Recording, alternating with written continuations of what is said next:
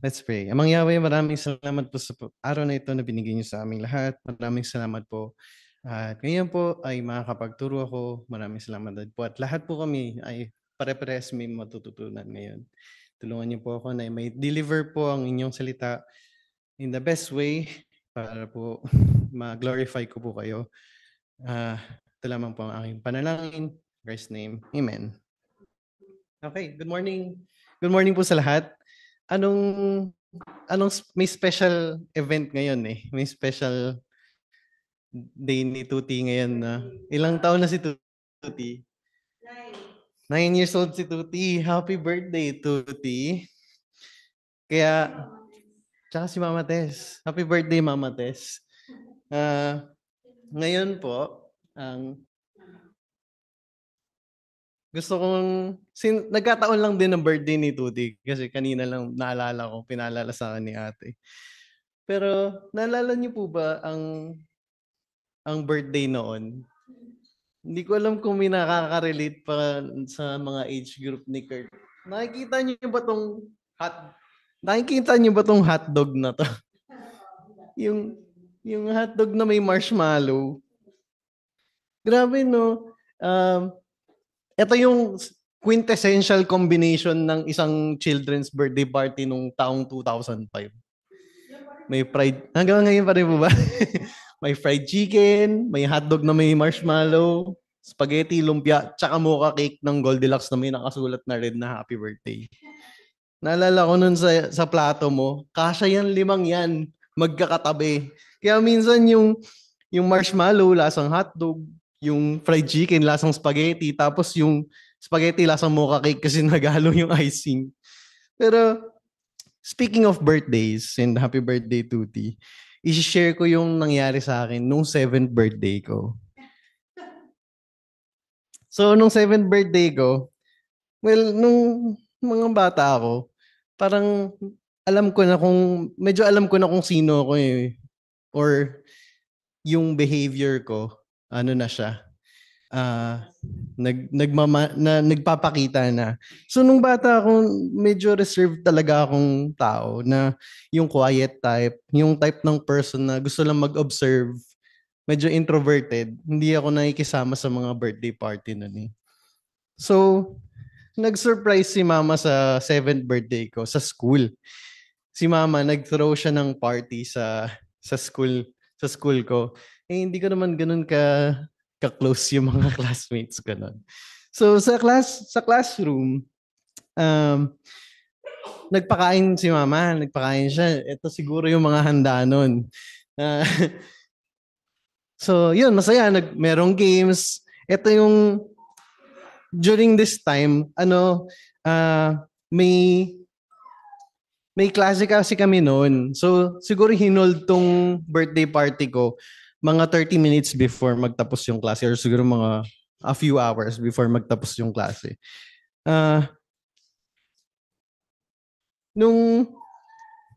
So, syempre may mga games yan, di ba? May palabunutan, may pabitin, tapos may trip to Jerusalem. Ayun, pukpok palayok. Ngayon, galing ni Jester. So, nung time na to, syempre enjoy. Ngayon, after a while, unti-unti nang umuwi yung mga kaklase ko. Tapos, na-realize ko, andun ako, nakaupo, na-realize ko, asan na yung mga regalo ko? Wala kahit isang nagbigay sa akin ng regalo nung birthday ko, 7th birthday. Alam pa naman natin, di ba, 7th birthday, sobrang special nun. Oo nga eh. Pero ako, since ako yung type na medyo selfish na bata, nalungkot ako. Labas ako ng classroom, umiiyak. Si mama kino-comfort ako. Wala akong natanggap kahit isang regalo. So, ang ginawa ni mama, bumili na lang kami ng laruan sa Ever pagkatapos na. So, during this time, nung 7 years, after kung kaka-7 ko lang, na-realize ko, sabi ko sa isip ko, selfish lahat ng tao. Di sila nagbibigay ng regalo. Pero napaisip ako ngayon, 20 years after, o ilang dekada pagkatapos, na sino ba talaga yung selfish sa scenario na yun? Ako na hindi nakatanggap ng yung mga classmate ko na hindi nagbigay ng regalo, sila ba yung selfish? O ako na nag-expect ng regalo? Sino yung selfish sa dalawang yun? Di ba ako? Yun yung na-realize ko. um, so yung teaching ko today is love is selfless. So, mapapansin, ito yung verse natin po. Sa yung kalagitnaan ng 1 Corinthians 13. Basahin natin. Love is patient and kind. Love does not envy or boast. It is not arrogant or rude. It does not insist. It does not insist on its own way. It is not irritable or resentful. It does not rejoice at wrongdoing, but rejoices with the truth. Love bears all things, believes all things, hopes all things, and endures all things. So, sa part na to, sa 1 Corinthians, kalagitnaan ng 1 Corinthians 13, si Paul, ang ibig sabihin niya dito sa love na to, ay yung agape kind of love. Maraming different kinds of love. Nilista ko po dito yung some of it. So meron tayong agape, meron tayong eros, which is romantic or passionate love. Meron tayong philia, deep friendship or brotherly love. Meron tayong storge, philautia, and insenia, xenia. So, ang tinutukoy po ni Paul dito is agape. The kind of love that gives and not expect anything in return.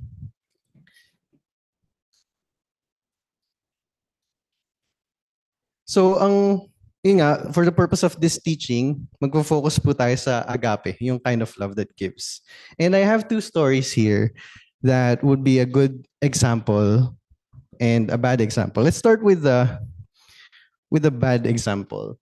So, just highlighting the section of 1 Corinthians 13, verses 5 to 6. It is not arrogant or rude. It does not insist on its own ways. And it is not irritable or resentful. It does not rejoice at wrongdoing, but rejoices with the truth. So, let's dive into the story of Haman. So, si Haman is such a great example of a selfish love. The kind of love that is unhealthy, yung philautia na mention ko, yun, yung selfish love, yung self-centered love. There are many times, hindi naman minsan, na important yung selfish love. It's sometimes important yun for survival. So since uunahin mo yung sarili mo para mabuhay ka. Well, that's not the case po dito sa teaching na to. Let's go to Esther chapter 3. So, yung mga verses, nilagay ko na rin po dito sa slides. But if you want to follow along sa Bible na Tagalog, kasi English po yung nilagay ko. This is ESV. You can follow along po sa mga Bibles nyo. So, Esther 3, verses 1. After these things, the king Ahasuerus promoted Haman the Agagite, the son of Hammedatha, and advanced him and set his throne above all the officials who were with him. And all the king's servants who were at the king's gate bowed down and paid homage to Haman. For the king had so commanded concerning him, but Mordecai did not bow down or pay homage. So meron tayong two persons in this 3 verses. We have Haman, and we have Mordecai. So sino ba to si Mordecai? Let's continue on. And when they spoke to him day after day, and he would not listen to them, they told Haman, in order to see whether Mordecai's words would stand, for he had told him that he was a Jew. And when Haman saw that Mordecai did not bow down or pay homage to him, Haman was filled with fury.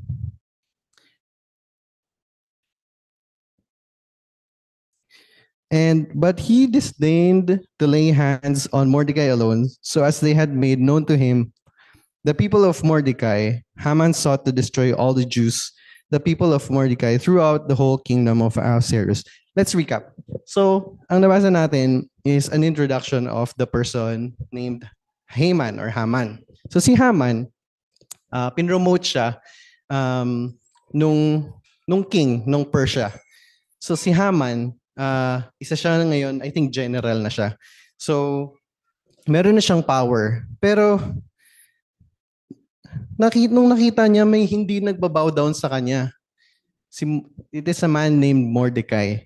So si Mordecai, actually, let me just skip and I'll just tell the whole story. So si Mordecai, nagwo-work siya doon sa King's Palace. Actually, before this, may in-appoint na queen. Her name is Esther. So si Esther yung asawa yung queen nung king. Asawa nung king. By this time,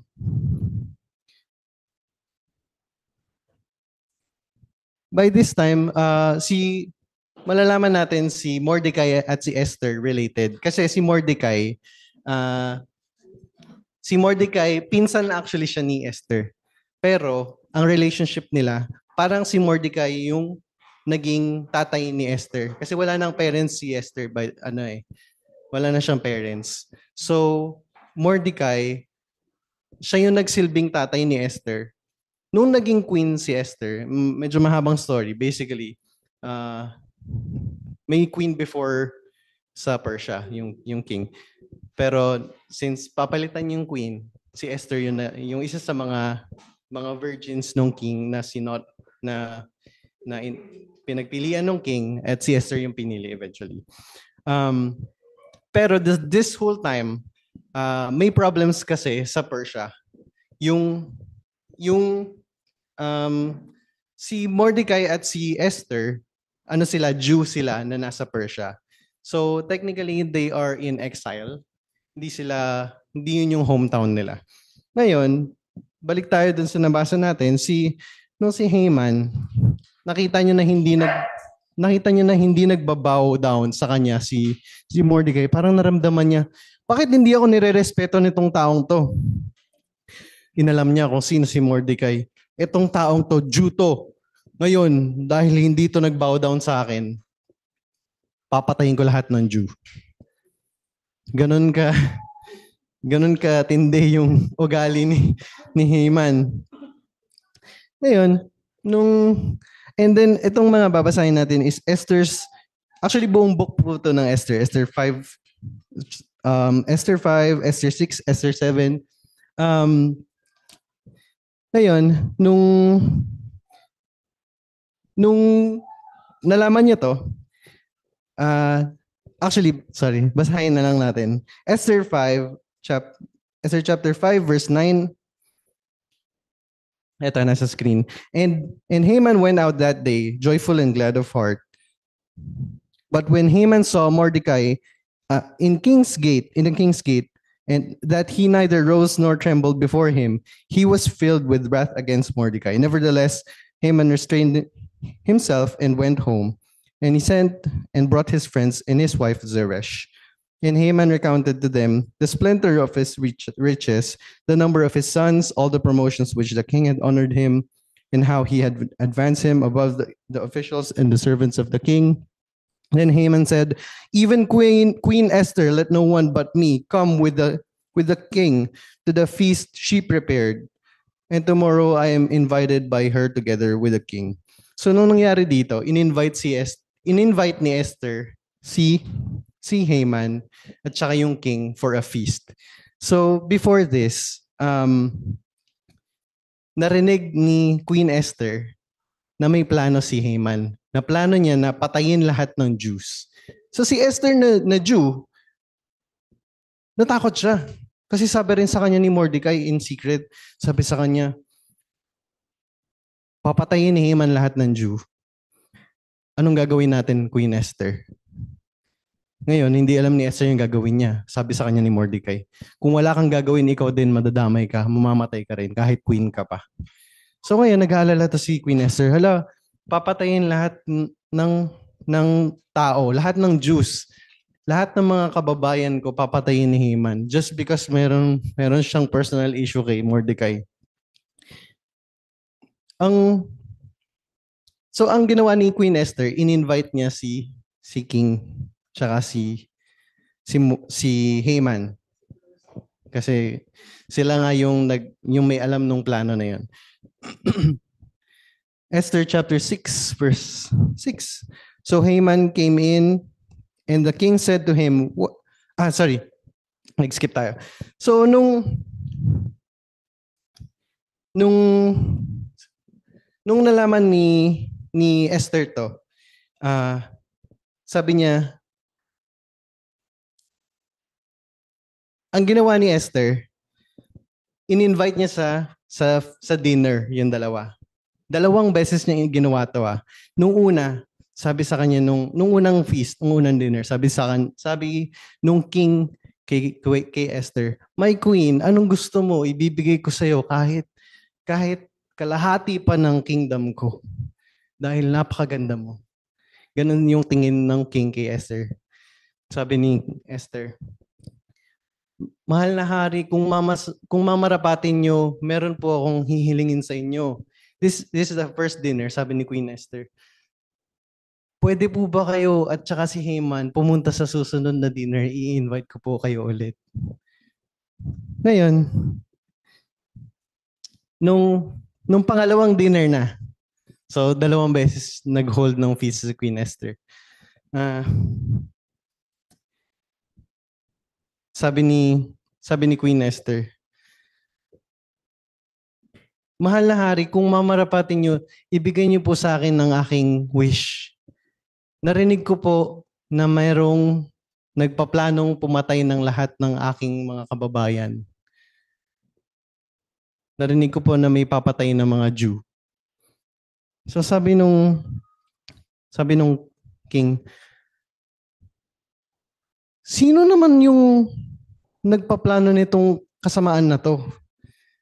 Tapos tinuro ni Queen Esther, "Ito po, si Haman, siya po yung may pakananang, pakananang ng lahat ng gulong to." So, sabi ni Esther, sabi ni king,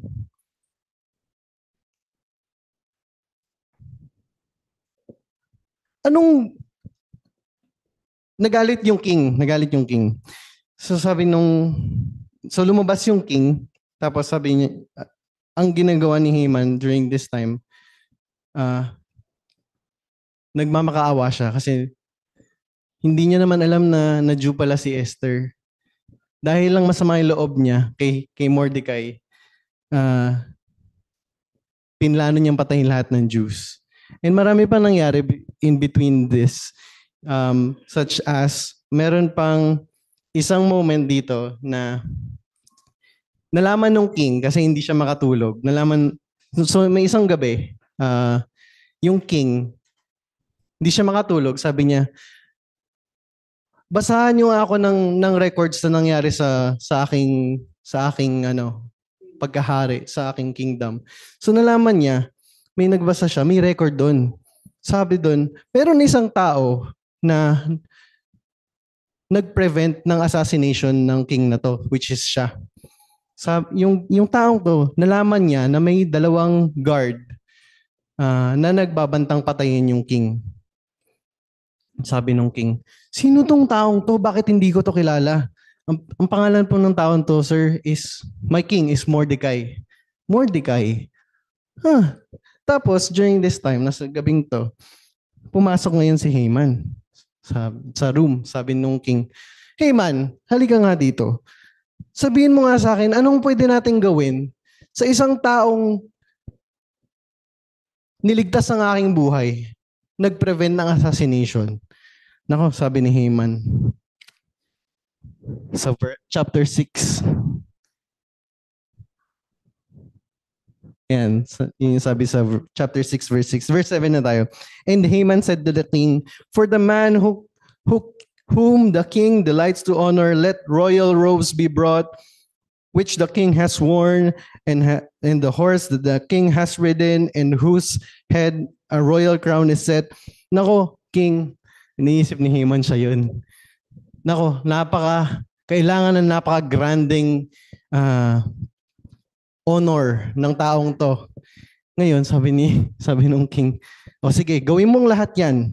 Lahat ng sinabi mo, walang kulang gawin mo lahat yan kay Mordecai. Kasi si Mordecai yung taong yun. Hindi alam ni Haman, si Mordecai pala, yung masamang tao na hindi nag-bow down sa akin. Ngayon, skip tayo dun sa dinner. Nung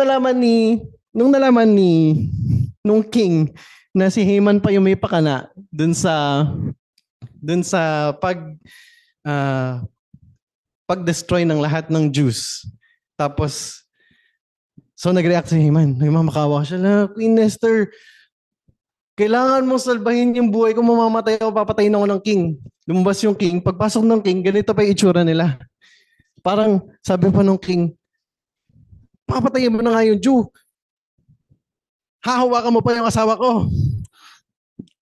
Dahil sa kakamakaawa ni Haman, parang tumumba pa sila doon sa couch. So, So, itong story po ni Haman is, dahil sa fury niya kay Mordecai, dahil sa self-image na tingin niya, ay yun pa yung naging way nung hate niya. Dahil nag-hyper-focus pa siya dun sa taong hindi nag-bow down sa kanya kay Mordecai. Tapos lahat ng ginawa niya, gusto niyang patayin lahat ng Jews. Lahat to dahil lang na feeling niya na hindi siya nirespeto ng taong to. Tignan niyo yung kinahantungan ng lahat ng nangyari sa kanya. Dati siyang honorable na general ng Persia. Tapos ngayon, papatayin na siya ng king.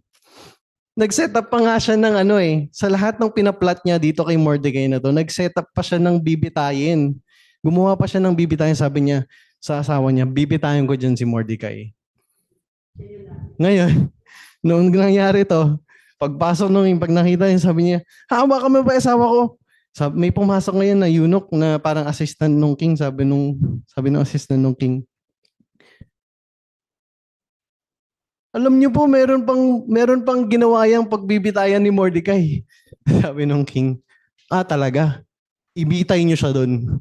So binitay si Haman dun sa sarili niyang ginawang bitayan para kay Mordecai. So ano po yung moral of the story natin? Ang story po ni Haman ay isang perfect example of what love is not. Yung mga love does not, ano yun? Balikan natin yan. Love does not envy or boast. It is not arrogant or rude. It does not insist on its own way. It is not irritable or resentful. Yun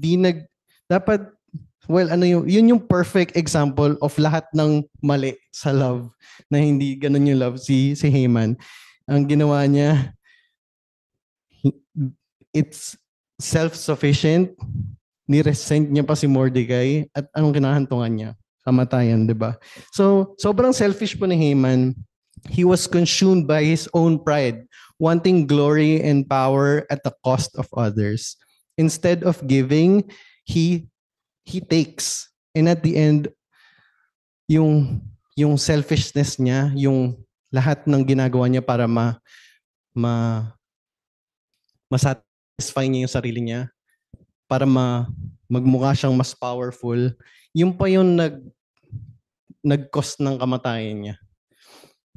And now, let's go into a different story, which is a more positive note. Yung story po ni Timothy and Epaphroditus. So during this time,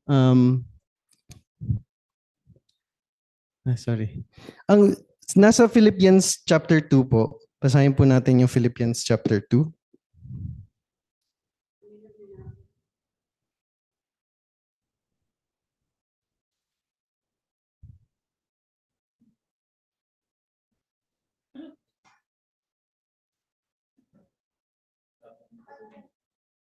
Philippians 2, verse 19.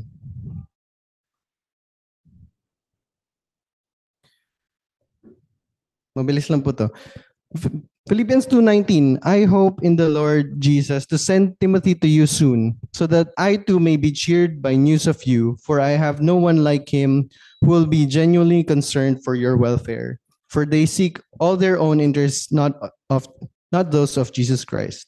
But you know Timothy's proven worth, how as a son with a father he has served me well in the gospel. I hope therefore to send him just as soon as I see how it will go with me. And I trust in the Lord that shortly I myself will also come. In verse 25, I have thought it necessary to send to you Epaphroditus, my brother and fellow worker and fellow soldier, and your messenger and minister to my need. For he has been longing for you all and has been distressed because you heard that he was ill. Indeed, he was ill, near to death, but God had mercy on him, and not on him, but only on me also, lest I should have sorrow upon sorrow. So, may dalawang taong ini-endorse si Timothy. Nasa kulungan siya nito Sumusulat siya sa Philippians. Ipapadala ko po sa inyo si Timothy at si Epaphroditus. Itong dalawang pong taong to, si Timothy. Isa po siyang napakagaling na, si Timothy po, kino-consider siya ni Paul na anak, spiritual son, and co-worker in faith. Si Timothy, tinulungan niya si Paul mag-minister sa mga different churches. And siya rin po yung mga ibang nag-author ng mga books sa Bible. Like, ano ba yung, I forgot. And then yung, si Epaphroditus naman po, sinabi ni Paul na isa siyang co-worker and fellow soldier. So si Timothy, ini-endorse siya ni Paul na ano yung sabi ni Paul sa Philippians?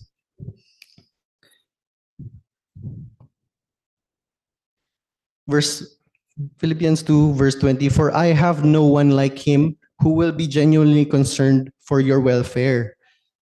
For they all seek their own interests, but not those of Jesus Christ. So si Timothy, sabi niya, wala pong gagawin si Timothy kundi yung welfare ng church. Kasi na-prove na ni Timothy kung sino siya.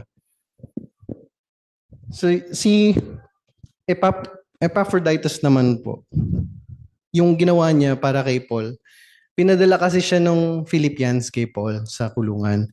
So nag-travel siya from Philippi to Rome. Alam niyo po bang gano'ng kalayo ang Philippi to Rome? More than 1,200 kilometers. Gano'n ba kalayo yung office ko? Gano'n kalayo. So, during this time, wala pang airplane nun, wala pang Cebu Pac nun, no? So, ang way to travel po, this long, kailangan yung mag-prepare talaga. At mahaba siya, exhausting and dangerous. Siguro, kung i-kotse mo yun, abot ka pa ng ilang araw. So, to put in some perspective, yung journey ni Epaphroditus, siguro naglalakad siya nito ng mahaba. Mga linggo-linggo siya maglalakad sa init. Tatawid siya ng mga ilog. Tapos magpapahinga siya sa kalagitnaan ng wilderness.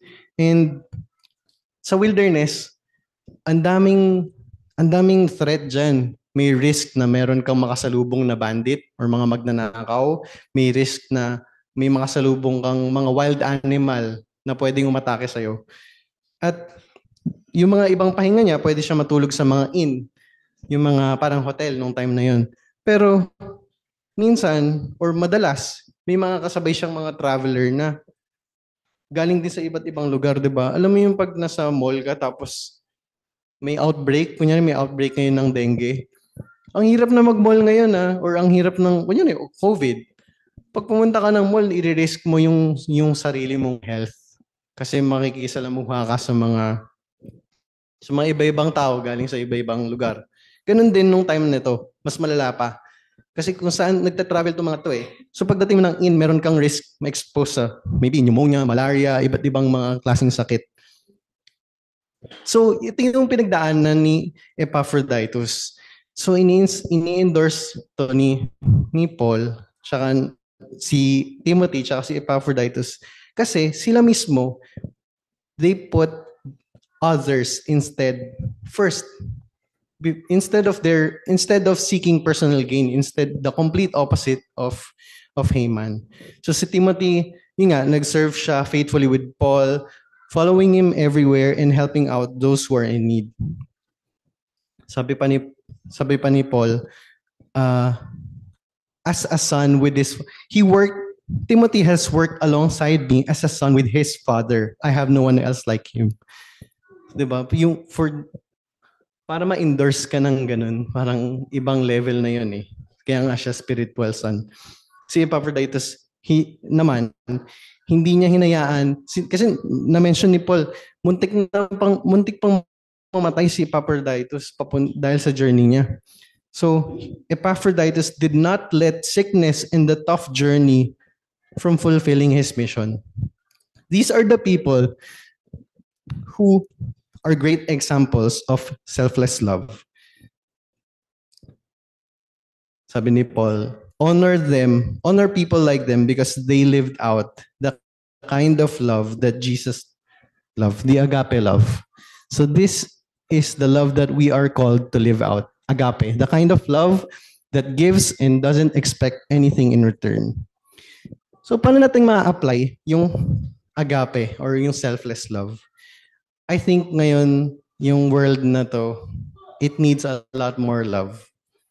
And one great way to do it is to love others first. Hindi yung sarili natin. Put others first instead of thinking about ourselves all the time. Capable naman po tayo mag-love selflessly. It can be in small ways. For example, loving selflessly. Think of it as something na hindi magbe-benefit sa'yo. Yun po yung siguro is a good rule of thumb. When you want to show a selfless act, think of something, will this benefit me or not? So for example, small ways like holding a door open for someone else. May benefit ka ba dun? Di ba parang wala naman? Or offering your time to help others. Nawalan ka ng oras. Ginamit mo para makatulong sa iba. Responding with kindness. So, minsan may mga times ba sa inyo ng mga tao na yung parang ang pangit ng dating nung sinabi nila sa'yo. Parang, tapos ikaw mapapaisip ka, sungit naman ito. Ano problema nito? Ba't ganito to? Pero minsan hindi nga nila na-realize yung taong yon na wala silang intention na inisin ka or atakihin ka. Pero minsan, yung dating ko minsan or yung pag-receive ko ng mga ganong klaseng interactions, parang negative na agad. Kasi siguro sa mood ko or pangit ng araw ko. Pero minsan din naman may mga taong just rude na, pero what do we lose if we react with kindness? I think this was the takeaway from last week ni kay ate. What if we react with love, diba? Or what if we react with kindness and keep the peace to ourselves? Actually, pinalitan mo yung reaction mo ng instead na magalit ka, you earned peace kasi nag-react ka with love or nag-react ka with kindness. Pero these are small things. But in big ways too. In big ways, I'm sure marami sa atin may mga ginawa na tayo that we think or that in a big way. For example, si Des, being the breadwinner of the family, parang ang dami niyong responsibilities.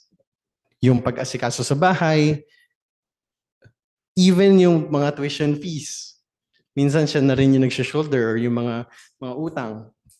Ano yung, di ba, ano yung benefit niya na nag-gain doing that? Wala, di ba? So for me, it's selfless. So even for parents will die for their children, no questions asked. Split second, pag biglang may threat, uunahin lang yung sarili lang mamatay kaysa sa anak nila. And that's so Forgiving is a big way of a selfless act. Forgiving is a big selfless act. Alam niyo yung utang na loob? Huwag niyo na isipin yung utang na loob. Yung parang, this person owes me, it just builds resentment. Parang pag may ginagawa ka, or parang pag may ginawa ka, let's say, in the past, may ginawa ka para sa taong to. Tapos ngayon, wala bang utang na loob to? Di ba parang sa sarili mo, ang pangit nung ganung feeling, parang ini-expect mo na may ibalik sa'yo yung taong tinulungan mo. What it is really is this, you're keeping record of things you did, and that's not selfless. Or a great example is basically God.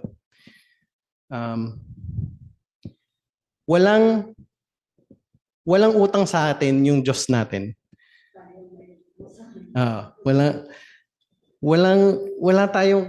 Wala siyang kailangan patunayan sa atin. Pero anong ginawa niya? Hindi pa tayo pinapanganak na patawad na tayo in generation na to. 'Di ba? So, hindi pa tayo pinapanganak, meron na agad tayong way para magkaroon ng eternal life. Meron na agad option sa atin. And it's unbelievable how ganito yung behavior or ganito yung love that our God has. The kind of love that gives and doesn't expect anything in return. Merong saying, love is not love until it costs you something. Narinig niyo na po ba yan?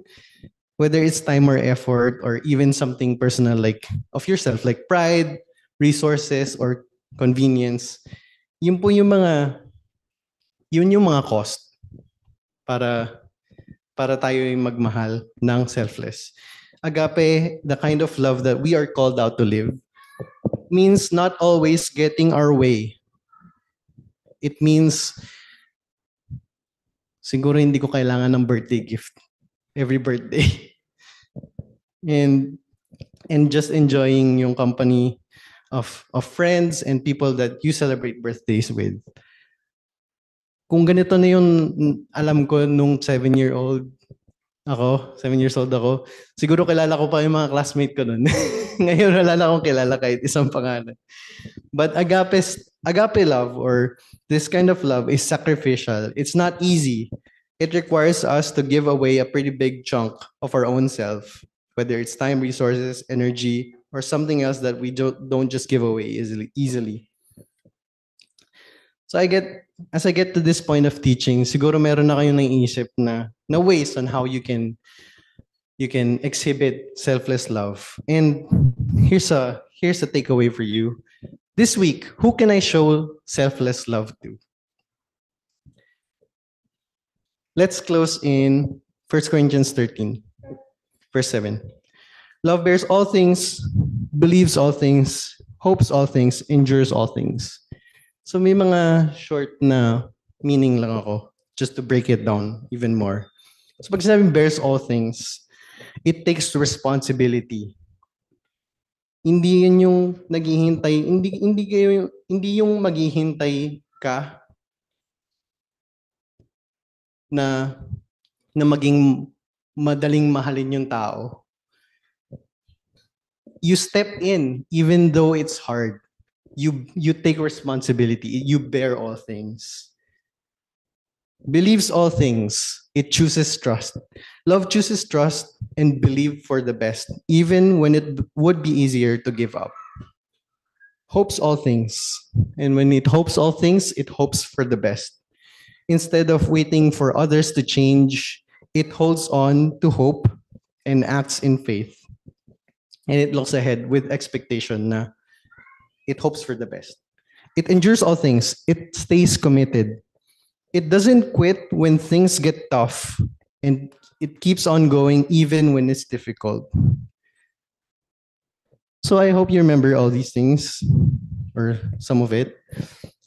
Here are some examples of a mindset of selfless love. Instead of saying, magiging mabait ako kung mabait sila sa akin, why not just say, magiging mabait na lang ako kahit hindi sila mabait sa akin. Respond with kindness. Or, magpapatawad ako pag nag-sorry sila. why not just forgive? So yung selfless love, yung agape love, ito yung, like I said, I keep on repeating, this is the kind of love that gives. Hindi ito yung nagwe-wait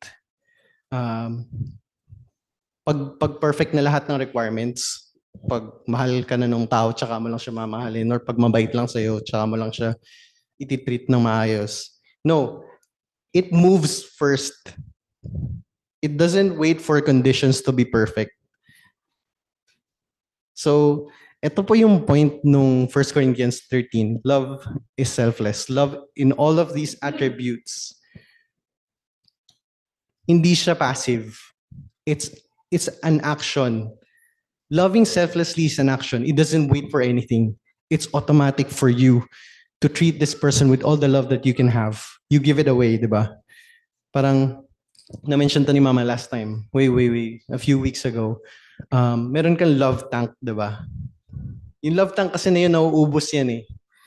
Pagka marami kang pagmamahal na binibigay, nagdi-deplete yan. Nauubos yung love mo. Pero pagka kinonect mo to sa source, sa overflowing source kay Ama, hindi ka maubos ng pagmamahal. Diba? So, pag di tayo naubusan ng pagmamahal and we're able to exhibit selfless love, we should move first. So, anong gagawin natin?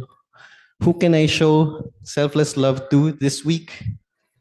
And then may isa pang action dyan. Do it first. Love first. Let's pray. Amang Yahweh, maraming salamat po sa pagkakataon na to. Salamat po sa araw na binigay niyo sa amin upang matutunan ng inyong salita. Tulungan niyo po na may tago po namin ito sa aming mga puso at hindi lumabas at manakaw ng kalaban, Ama. Tulungan niyo po kami maging mga taong nag-i-exhibit ng selfless love upang makita po ito ng aming mga mahal sa buhay.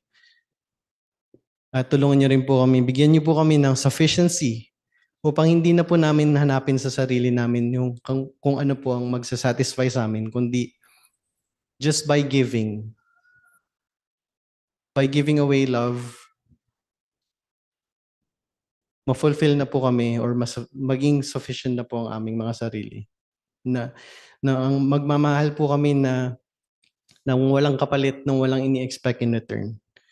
Kasi po yun yung natutunan namin na